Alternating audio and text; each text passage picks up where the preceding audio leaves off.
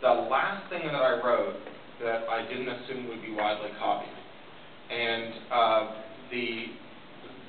I literally can't conceive now of producing material that isn't intended to be widely copied by end users or readers or whatever you want to call the people who get the text.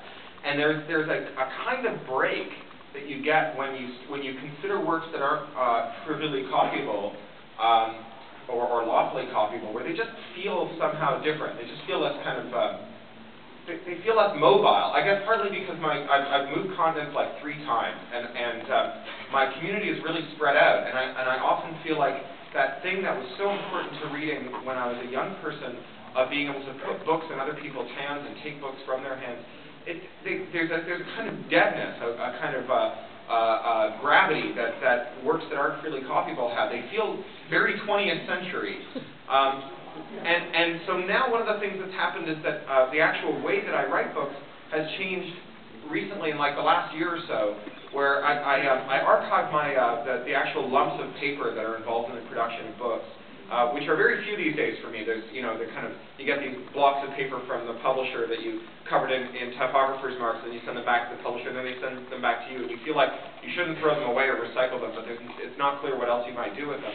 So I archive them with a library in Toronto, the Merrill Collection, and I was talking with them about digital preservation, and they said, we used to get several drafts of a book when we had a writer who would give us his papers or her papers, and you could see differences between drafts, and now you just kind of work on this infinitely malleable scroll that finally, you hit print and it's done, but there's no distinct drafts between. And so I started thinking about it, and of course I have lots of friends who are programmers, and I was a programmer once myself, and one of the things that programmers do is fetishistically track changes to the material they produce. So I asked a programmer friend of mine if he would help me write some scripts to check the text files that I work from into a version control system called Git. And so every 15 minutes, every hot writing file on my hard drive is compared for changes against the last state version, and those changes are checked in along with a log of the external conditions. So it figures out where I am from my IP address and logs the weather, the last 3 songs I listened to, the last 3 songs I have on Point Line, and a few other bits and pieces. And what I'm really looking forward to is in 5 years mining that information and finding out what I can discover about the way that I work from looking back on it. I don't know. I write my first drafts in a notebook. In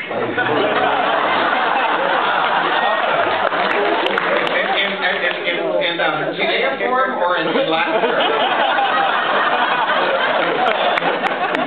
In a sort of handwriting thing called joined up writing.